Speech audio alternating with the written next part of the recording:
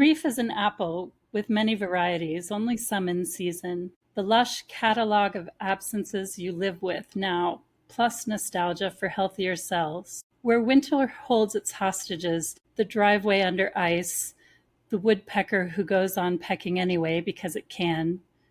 The magic of disappearing friends is harder to believe than you might have imagined, harder to swallow. Even had you been able to imagine the sort of all this, even had you found comfort in the labyrinth, joy in the exile, trust in the first tart slice. Yeah, talk about that a little bit. Why is that? What did that say to you, or either one of you, or all of us? So much that I love. I love the image of the apple and the varieties of apples and how they're all a little different.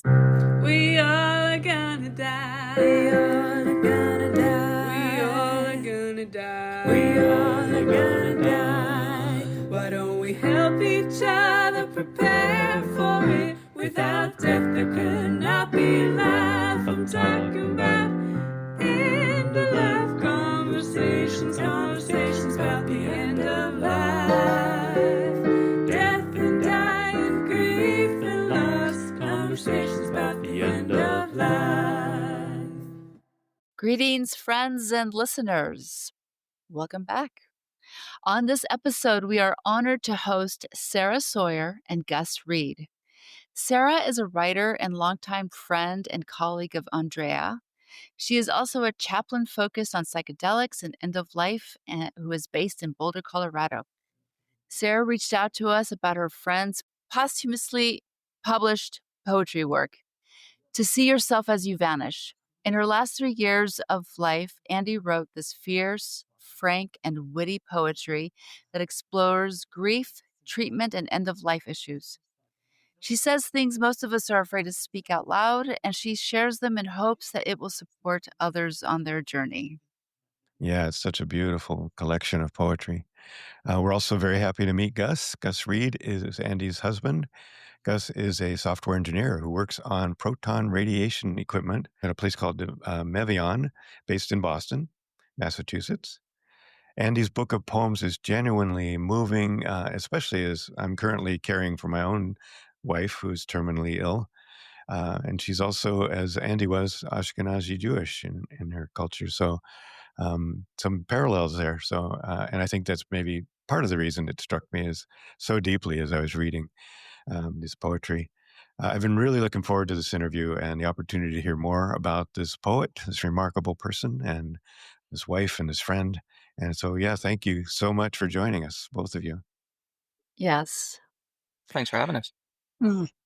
So we like to start, this kind of gives us a feel for everybody, and you can take turns, about when you first became aware of death.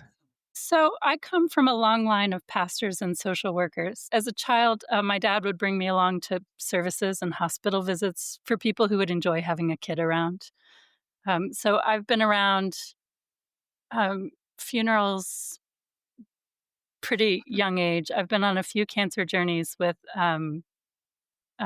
close friends and family members. My uncles were activists during the AIDS crisis, so I got a lot of really great modeling of dealing with death and grief and community grief then. So it's been around for me. Thank you. Gus, how about you? Well, I was thinking about this. I think, like a lot of people, it would have been the death of a pet when I was pretty young. The child, it was our cat, Misty, for me. I remember that my sister wrote a poem about this cat, which since become kind of famous within our family. We loved our cat Misty. We gave him the best, but his liver packed up, and so did the rest. Oh, beautiful. Oh. That's great. Thank you. So, yes, pets have a way of informing us on death, and that poem definitely kind of stamps this idea into your being.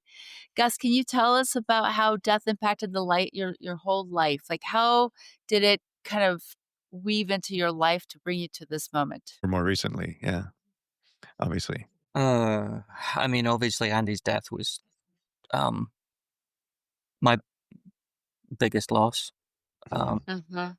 It yeah, I mean, it pretty much just arrived on our doorstep one day, in early 2018, 2019. She was called into her OBGYN's office, and had a feeling and asked me to come with her.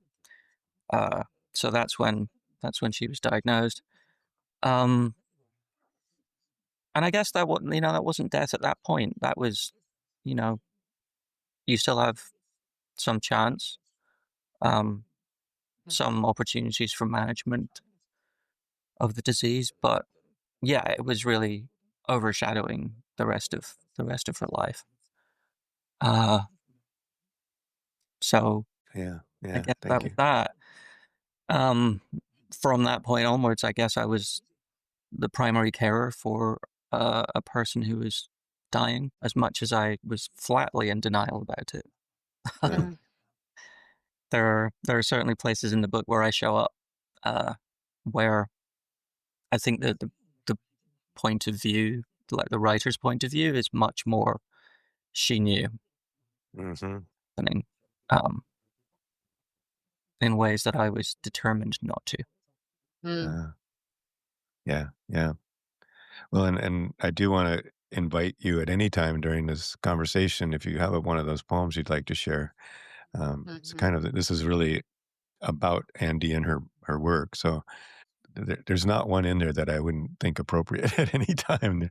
But yeah, Sarah, do you have a thought about how it's impacted your life, death in general? Yeah, I think I've been on journeys with people, and I find that I'm comfortable talking about death, and that I'm comfortable being there for it. And for a lot of my friends, I'm the only person they know that has any kind of faith tradition and isn't evangelical about it. So I get a lot of calls when things happen. Um, and death and dying and grief is certainly one of those times I hear from people. So as I get older and my parents get older and my friends get older, I thought it would be good to be better at this than I am, which is when I started CPE. So um, CPE is chaplaincy training for people Yeah. who wouldn't know that. So yeah, it's been around for me and continues to be around. Yeah. Thank you. Yeah. Both of us have gone through CPE. So Yeah. thank you. But thank you for defining that as a good thing to do when you're on a broadcast like this. Um, can you tell us more about the currently what you're doing, but also more about just the story, if you'd like to share about why you asked to come and talk to us today? Yeah. And yeah, we just start a Sarah again. Yeah, I think your podcast really stood out as one talking very openly about death and grief and in a variety of ways, and that's very much half the audience for whom this book is for, and maybe even more than half. Like I think really, I mean, Gus, I want to hear you talk about this too, but a lot of her writing was very traditional poetry writing, a lot of Hmm. memoir, a lot of, writing for the poetry audience. And this is a little bit different. This is writing for people who, it's a lot different for people who share her experience, for people working with people who share her experience, for people who love people who share her experience. So um, we're we're really interested in getting this book to that intended audience of hers. And that was one thing that just really drew me here to you and your Yeah. listeners. Yeah. We'll definitely post the information about the book. Gus was saying earlier, it's probably going to be published in September. Mhm. So we have a newsletter. We'll put it in there as well as on the podcast notes. So thank you. Yeah, Thank you. I can't wait to get my own copy. Yeah, Thank me you. too. Thank you for sending the pre-copy for us to look at. It's so Yeah, beautiful. and this is just really quick bounce off of Sarah too. This book is for a lot of different readers. I'm a wannabe poet, so it's for poets. Yeah. It's for humans who want to talk about language and semiotics and what does a feeling actually have when she, rails about like, seriously, we're going to use that word for this. Like, like I read the one about dueling, like battling cancer. Yeah. And, I really appreciate that she has paved this ginormous super highway to talk about real things that everybody alongside the road could totally identify with. So Yeah. I just want to put that out because this is one of the best poets that I've read in quite a while. And Joaquin and I read a bunch of poetry. So yes. But Gus, talk to us about this story. Yeah. Sure. Yeah, as Sarah says, if you read Andy's earlier books, especially the first one, it's a much more academic piece of poetry. The language is denser. This, it felt like she started writing this in kind of that mode. A very good friend of hers was part of a group of poets who were writing together during COVID lockdown, which was really what got her writing again. And a number of fragments and poems came out of that. But the book didn't really start taking shape until she was reading it with cancer support groups. And that's really when I think she realized what her audience needed to be. And that set the way that she wrote the book and how the poems were pulled together. I guess it was individual poems. It didn't become a book in her lifetime. It was a big stack of poems, is what she left us. But yeah, she had that as an audience. She was getting a lot of feedback from people that struggled to express how they felt. And Andi was a really great writer. She was expressing things that, I mean, often it wasn't even that they didn't have the words to do it. It was that they kind of didn't want to say some of the things that she was saying, even though that she felt them. There's not a lot of comfort in the book. No. Yeah, it's very, very straight up. She was quite blunt. She was mad as hell about it.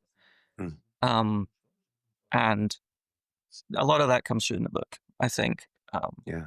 It's, I think, I don't know, maybe it's not my place, but I think especially women can be socialized to be quiet about those kinds of things and not really express how they're feeling.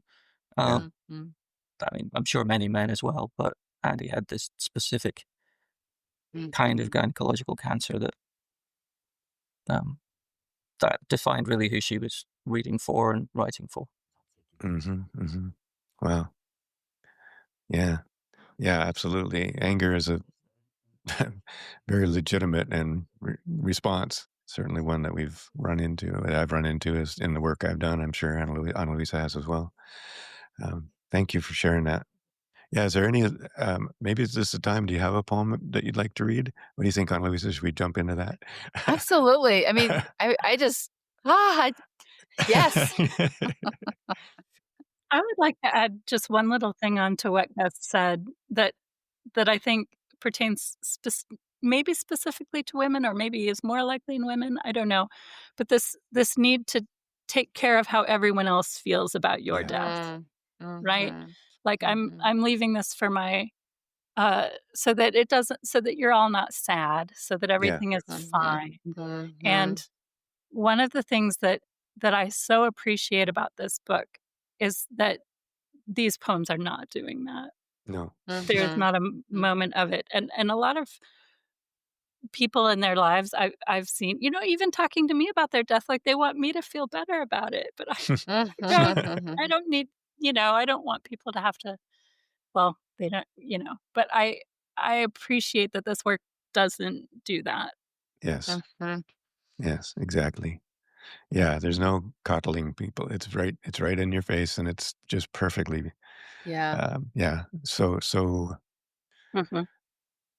appropriate, I think. It's appropriate. And what I mean, I just read like 3 of her poems before I jumped on here, but I love language.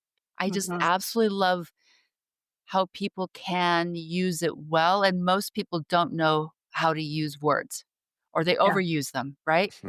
she cuts it down to the very like finite edge of what a word actually means. Mhm. And she's going to have to explain it to you. It's almost like she's telling us, hey, dummy, like this isn't a battle.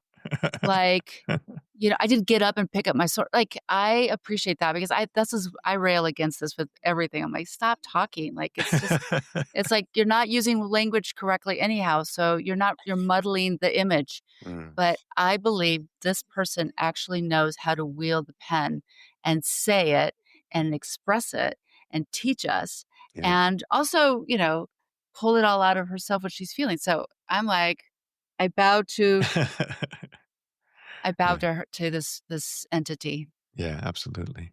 Should we read Languages of Iris? Is this a good time to do it? That's the one I just read. I know. Oh my Yeah. God, I'm so sick of language. It's a fan favorite.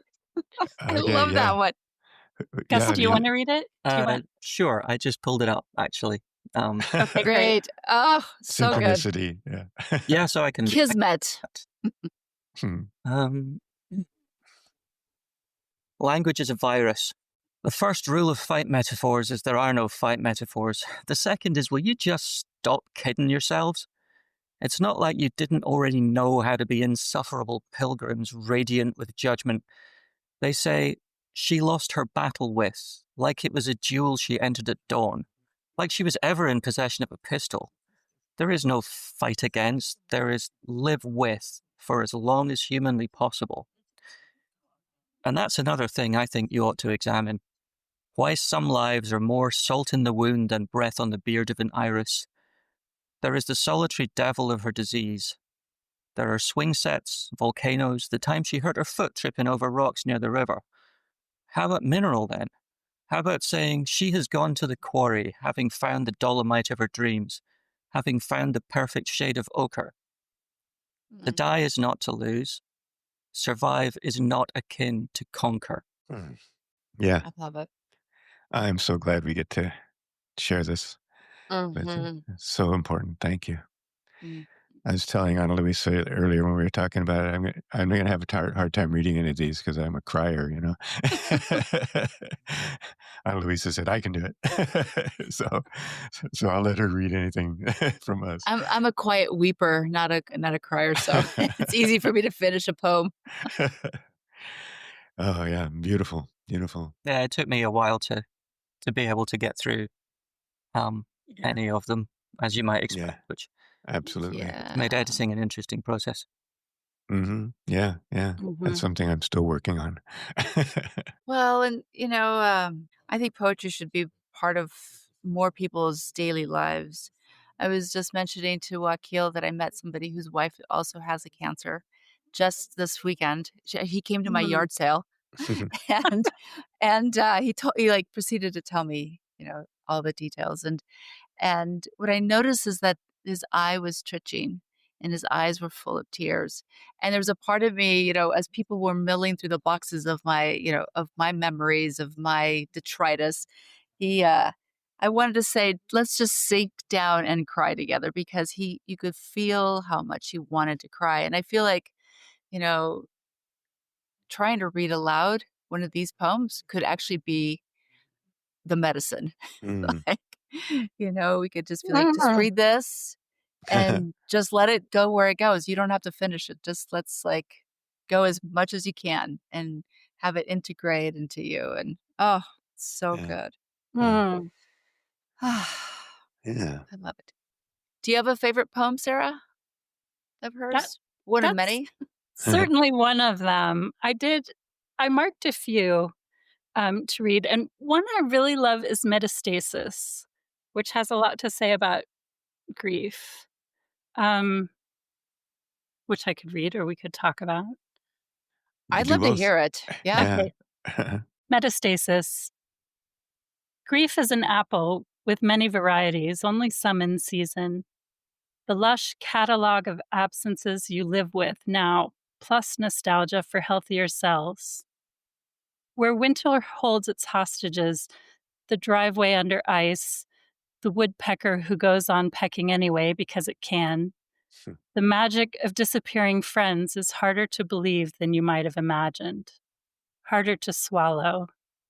Even had you been able to imagine the sort of all this, Even had you found comfort in the labyrinth, joy in the exile, trust in the first tart slice. Yeah, talk about that a little bit. Why is that? What did that say to you, or either one of you, or all of There's us? so much that I love. I love the image of the apple and the varieties of apples and how they're all a little different. Some are good for this, some are good for that. Some,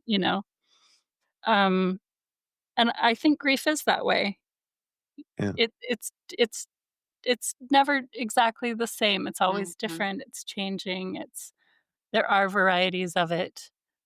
So I find that a beautiful big picture image, and then compared with this very, very daily life talk about the disappearance of friends. Friends, so magic, yeah.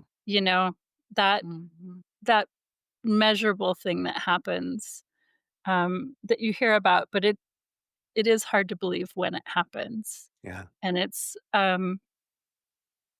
hard to swallow, I think I love the blending of that, and I do carry that apple image around with me. Yeah. Yeah. Yeah, so it's almost like it's cognitive dissonance when people disappear because the mind doesn't actually understand what just happened. It's like those videos of the pets who behind a sheet the parent disappears and like, wait, what happened? Right. It's like Right. we sometimes hear about a death and we're like, wait, is that real? Could Yeah. that really? Oh yeah. Wait, I just saw them, or they're still their phone number's still in my phone, right? Like it's Right. just Right. very strange to metabolize a loss. And yet when we go through those little slivers of grief, it is a very different grief that all of us will experience Yeah. with Yeah. that particular individual, right? Or Yeah. the death of whatever. Yeah. Yeah. Yeah. They're still on Facebook, Right. Right. Right. Yeah, I agree. I mean, we've heard that before too. And I remember, and this is another thing we've heard, and it's similar to what you're talking about, that um, there's that sense of how can the world continue to act normal, right? When that person is not in it. I had felt that with my mom, and I've had other people tell us that too. Just to, walk outside and see cars going down the street and think, what the hell's wrong with these people? Don't they know that the world just turned upside down?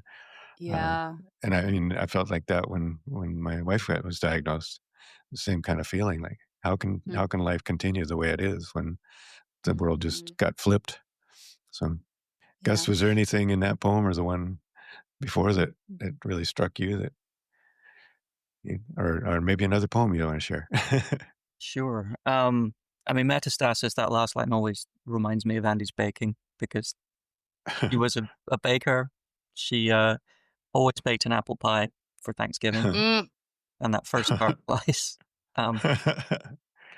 So now I've started doing that, although my apple pie does not hold a candle to hers. Oh, but I love it because she's right there with you baking. Yeah. Yeah. Something you were talking about was the connections of grief, and that everybody has a different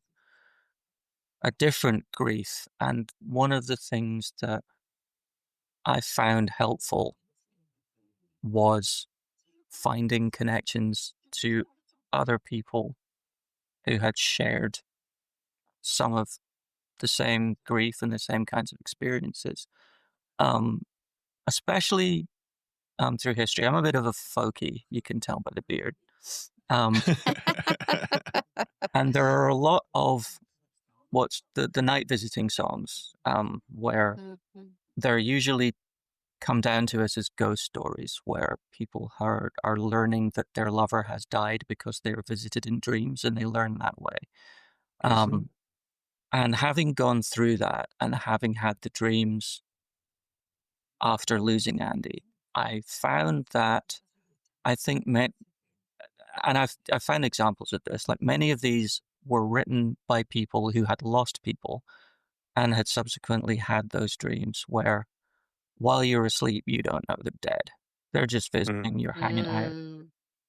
And when you wake up, you remember that they have died. And you can find traces of this in some of these songs. Like it feels like we've lost touch with some of that. I don't know whether this is a topic that's come up on your podcast before, but I know it's a common feeling amongst like in modernity that like we're not really in touch with death the way that people who in past centuries were. And there's one specifically, Lowlands, which is a sea chanty, and the final verse in it is what really drives home this guy's been through this. And it is, as I awoke, I heard the cry, oh, watch on deck, oh, watch ahoy. And it means, you've just had this awful thing happen to you again, and now you've got to get up and go to work. Right. Yeah. And that felt so, I just kind of felt the connection to that. Right. Beautiful. Over the centuries, that feeling hasn't changed at all. Right. Yeah. We still hold that feeling, but whether it's acknowledged in modernity, it's not. And I will say, my sister died in 2019, and that was when Wakil and I were in seminary together, and I had a week-long class, and one afternoon I just couldn't do it. I had just done the funeral and, taking care of my kids and done all this thing, and finally I just was like, I've had it. I need to just go for a long walk. And I was in Berkeley, just walking, like random walking. And after a while, I started, and I love how I framed it for myself. I was like, I was bawling like a calf, like walking down, Shattuck or whatever with my little backpack and like open mouth crying and like snotting and just like stopping every once in a while and bending over and crying. And not a single person would look at me. Not a single person, came up and said, are you okay? Nobody. The only person that did is I stopped to get a drink, and I was like, I think I'm gonna have a champagne to just celebrate, this moment. And this person was like, really, what do we celebrate? I was like, my sister just died. Like, I don't know. Just like, I'm here. She was the only nice person to me that day. She was like, she asked about my sister, but there wasn't, like, in all of Berkeley, not a single person wanted to acknowledge that somebody was walking down the street crying. Wow. So modernity does not allow grief to be out. Yeah. It really is like, you got to get back up there and grind, like get back, ahoy, like get on deck and just start working again. What are you talking about? So there is something that is very lost in our world, where the loss of somebody does not bring forth like all hands on deck to just, surround you, uplift you, or listen, nothing, or see you. Yeah. I met a retired professor of thanatology, death psychology, and yesterday, and he and a friend just wrote an article called Griefism. He said, there's racism, there's all these other things. That this is what you're talking about exactly, that we back away and we don't want anything to do with people when we see them in grief, and we ostracize them. And that seems to be the kind of the culture, which is what we're doing here, is trying to get over that and create a different way of being with people.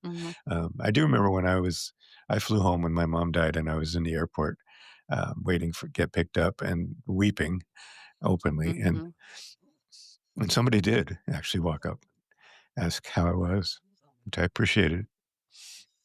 So, yeah, but you're right. And most of the people standing around me were like, that guy's going crazy, get away from him, I hope he's not in the seat next to me. Right. Yeah. Well, great. We could do some more poetry. We could also ask this next question, which I forget which one it is. One more piece of poetry, if that's okay. That would be perfect. Please. Made me think of this one. The dazzling odds. Knowing what you know, the scuttle that finally breaks you is not the image of your partner blinking at your empty kitchen chair remembering pancake sundaes, but the genuine epiphany of your own absence. Radiators still thumping through winter, black eyes still marking the roads with the motor of you missing. Not knowing what you can't know, do not deprive yourself of the chance that some stream is already rising. Some neon light burning in the body dares to untether itself and waits at the junction of here and not here. Not even science knows everything. What you're certain is rust in one light is easily ornament in another. Believe you'll live beyond expectation. Amplify the thought inside you. Yeah, It's Yeah. cognitive dissonance, but the radiator's still thumping. Huh. Mm-hmm. Yeah. Well, I just really, I can imagine how much good this will do for the people who are able to find, especially hopefully they'll be listening to this, but the people who are in this mode. Yeah, I really am glad we get to help make sure it gets out there. So beautiful. Thank you. Are these poems going to be also listed as an Audible book? There is plan for an audiobook. Oh, good. I can find out more and let you know about that. There is plan to have one. Wow. You got to get a really good narrator for that. Good reader, yeah. Yeah. Well, I Yeah. can just imagine, like, sometimes, and I had a poetry teacher once say, "You should never read poetry in your head. You have to actually read it Mhm. aloud." Yeah. And I feel like, this is really beautiful language that needs to be heard and not just like, just processed through the brain. Yeah. Mm. And also something I've been taught, and I witnessed David White, the poet David White, do this in person, reading it twice or Mhm. repeating Yeah. lines as you go. That's really been profound to me in the past. So we've done that actually on the podcast. We usually end with a poem, and sometimes we'll do it You twice, read it just twice. because Yep. it seems to, especially if we use two different voices, it seems to Mhm. just kind of give you Mm. another chance to hear it again. So yeah, Right. and he says, you want to read again, you're welcome to, or anymore. Those are great. I read it to Andalouiza when we were talking earlier, the one called Charming. Um, Mm. really, again, just really beautiful. I don't know if I'm capable of reading it, but maybe I will. Let me see if I can find it. Um, 'Cause, yeah, here it is. Here, Okay, it's called Charm. That's right. All right, see if I can do this. if you can't, it's okay. Yeah, that's right. I'll take a minute and breathe. So it says, thank you, my friend, for the gift of scarabs to ward off evil. But honestly, that ship has already left the harbor. I say this not from the depths of a depressive episode, but from a sliver of wise mind, from the peaceful center. If there is another alphabet to turn to, I'd like to know it. The one I have now, though vivid, is what they used to spell my diagnosis. So those are the letters I live by. Besides, there's hardly a need for talismans when truth is anyone can be perfectly fine one day and terminal the next. What brand of starlight is that? Which aurora's particles were charged with that decision?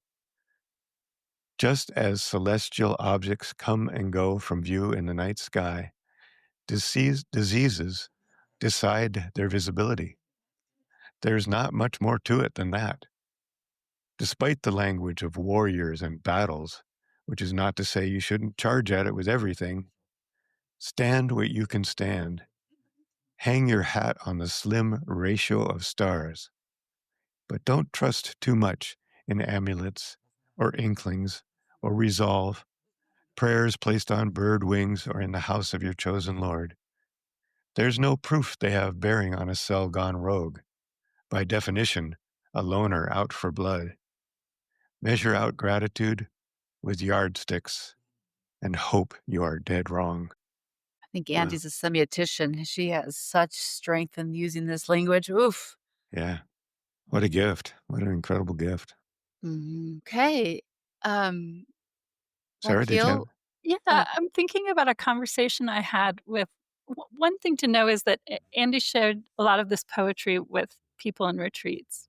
Mm-hmm. And the the retreat now has includes poetry as part of their retreat. They had such a response to this work. So they open by reading a few poems, and then people write their own poems. And one of one of the women who wrote her own poems has really taken to writing poetry and was writing quite a bit.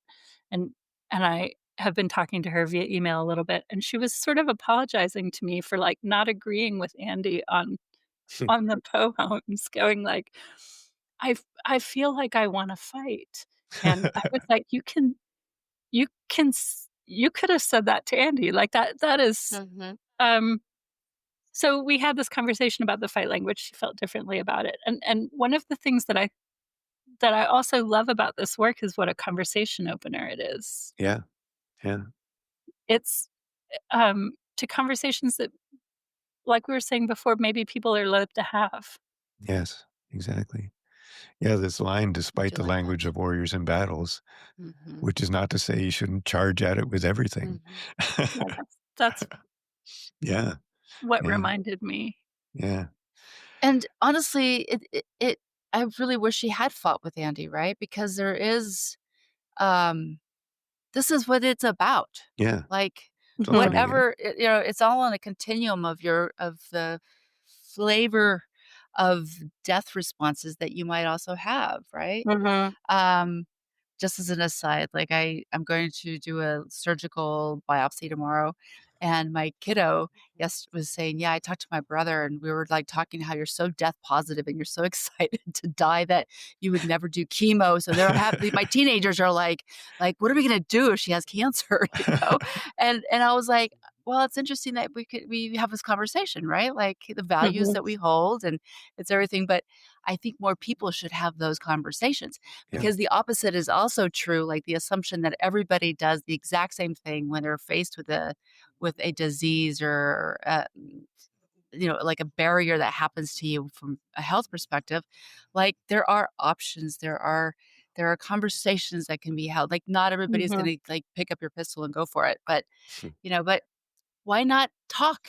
Why not, like, throw it into the ring and say, "Let's talk about this. I'm not okay with that. Like, tell me mhm. more," Yeah, yeah. on all of these topics. So, I wish that person had been brave enough to actually go in the rink. Right. Yeah, may we all be that brave. Yeah, May we all be that brave. yeah, Yeah, Absolutely.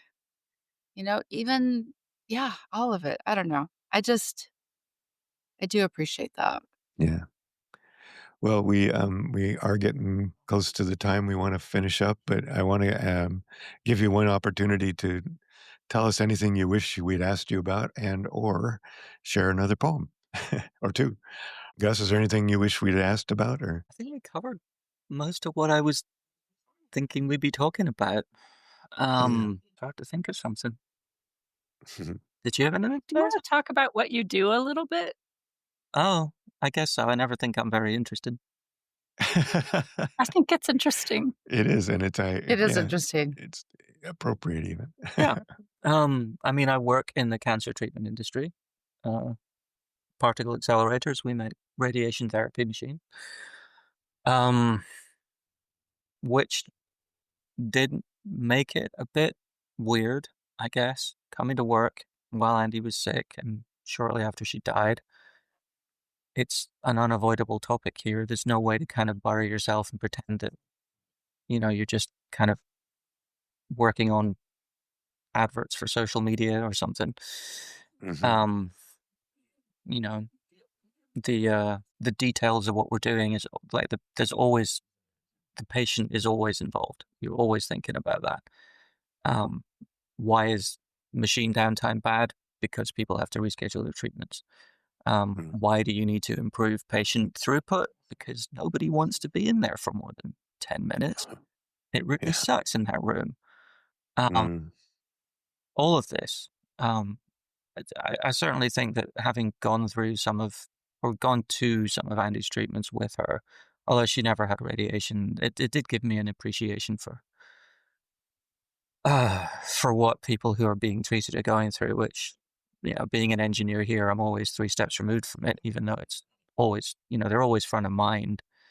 Um, but just having a person to put in that mental model of who you're caring for, Yeah. I Yeah. mean, it's useful, but also it's hard because you always like it just keeps coming up, you know. Yeah. Well, Mhm.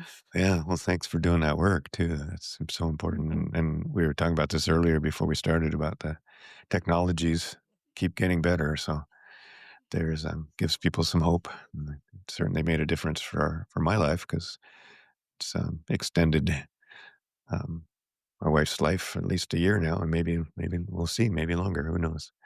But Yeah, thank you so much for sharing that, Gus, and thanks for doing that work. Mhm. Well, if you can't think of something else to ask or to tell us about it, we'd love to have a poem or two to end, or maybe read one twice or something, So, Sure. I guess since we were talking about what I do, it seems like clinical trial would be oh Oh, yeah. yeah. a poem. It's, I'm scrolling through them here, so I've just saw that one. yeah, it's one of my favorites as well. I love the Mm. I love the imagery in this poem. Um, Clinical trial. In exchange for a public chance at a longer private life, you give them not your body, but your body's one error in calculation. The swerve, detour, blunder unique to your system. You give them the soft scribble of your consent. In exchange for a future where you might run among penguins or consider the altitude of a lark, his small brown body racing vertically into the sky, you agree to be watched like a hawk. Asked hundreds of times if you're okay, if there's anything they can get you. Longer life, most people think. Glass of water, most people say, since there is often some small thing lodged in the throat. You remember that larks sing when they fly, unlike any other bird. So good. Larks Mm. sing when they fly, unlike any other bird. Yeah. Mhm. I love the line too about being asked what you want or what you need, and That's for water. the answer is water when the Life. real answer is I need a longer life. Yeah. Wow. Wow. Yeah.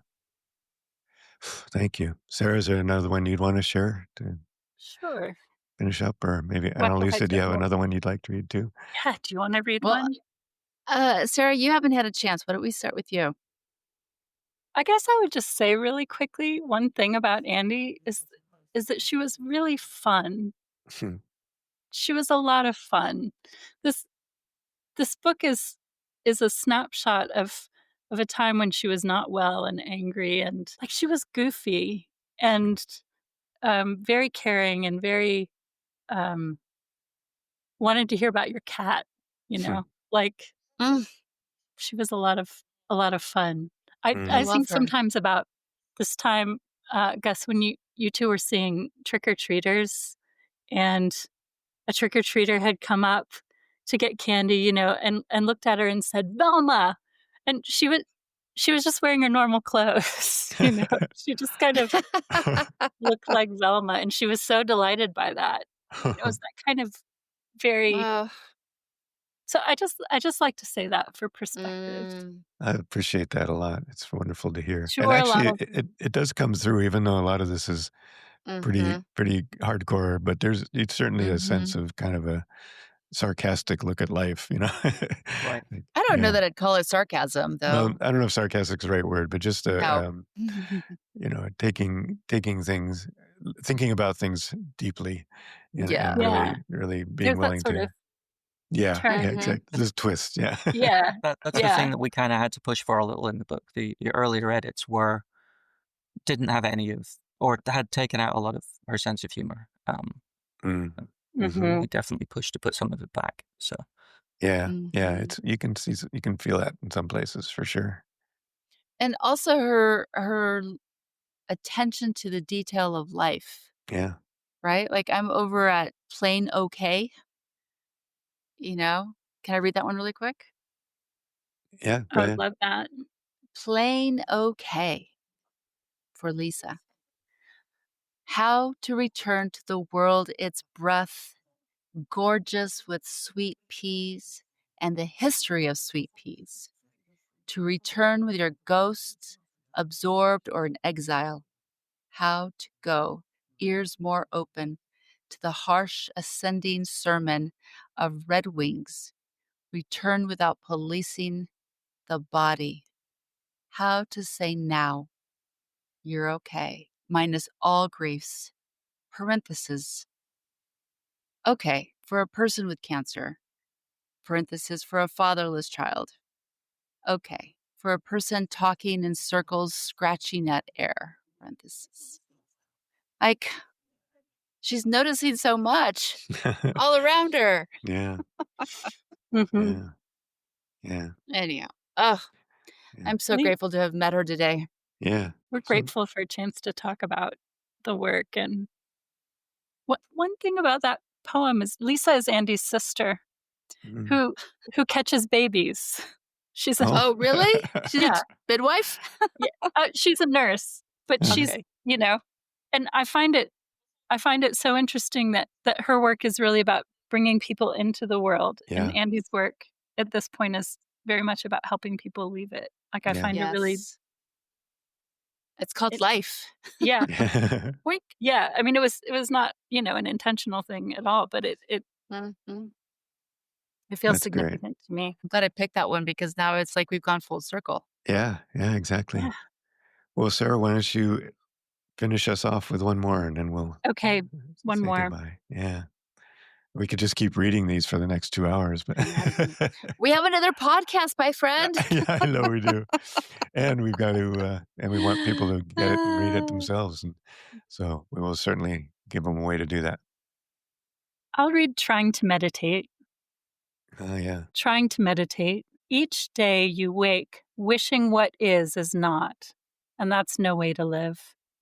Even the doctors with their glassy words tell you to trust the dark coming on early in winter, even if it sounds ominous for your life in its current state.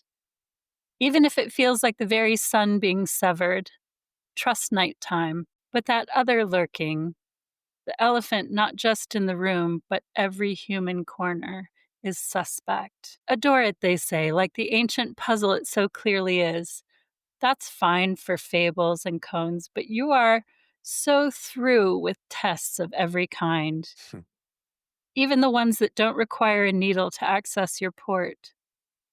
The world asks so much of you, as though you are its daughter. Even as it yells and yells at you coming up the driveway, replaying all your errors and nightmares in its hatchet voice. You keep hoping it still loves you in a way you can't yet see. Yeah. Okay. Wow. Yes. This is going to be something that I'll return to a lot. I haven't shared it with my wife yet, but I think I will soon. See how she feels about it.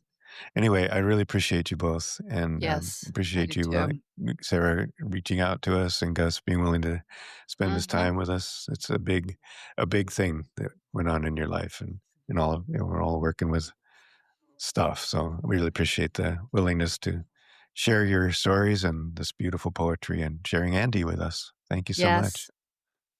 Thank you. So I will. Thank you. Oh, thank you for having us It's a on. It's pleasure to be been an here. absolute privilege. Thank you for joining us today. Please stick around after the credits for our afterthoughts, and it helps our numbers if you stay until the end. We want to thank my children, Nate, Vivian, Nina, and her fiancé Asher, for the excellent opening song, and a special thanks to our awesome editor, Sam Zemke, who is also a guest on our podcast. You can listen to him on Season 4, Episode 5. Also, thank you to Charles Heaston, the composer of the original music you are listening to now.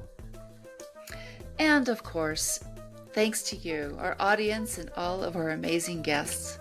Please come back next week for another great episode. Share this with your friends, family, and community. We hope you will subscribe and follow us on YouTube, Facebook, Instagram, Blue Sky, and Substack. Each guest's additional information will be found in the podcast notes. And of course, if you have a good end-of-life story to share, please reach out. We are always eager to hear from you. Oh my God. That was maybe one of my favorite episodes, just because I love poetry so much, right? And what a gift to be able to just hear one poem after another. Yeah.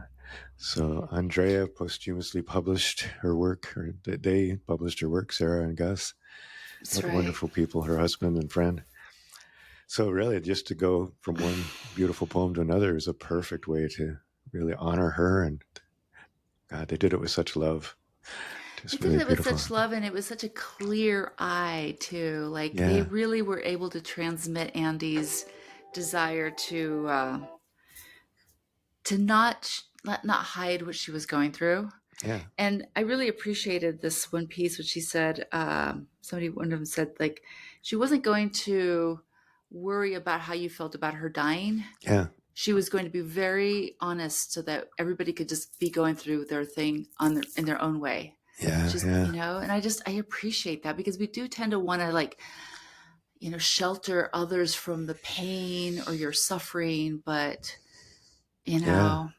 Mm. And the show notes, the next, and actually the next newsletter that'll go out has a link to her book, which will be published by that time. So That's right.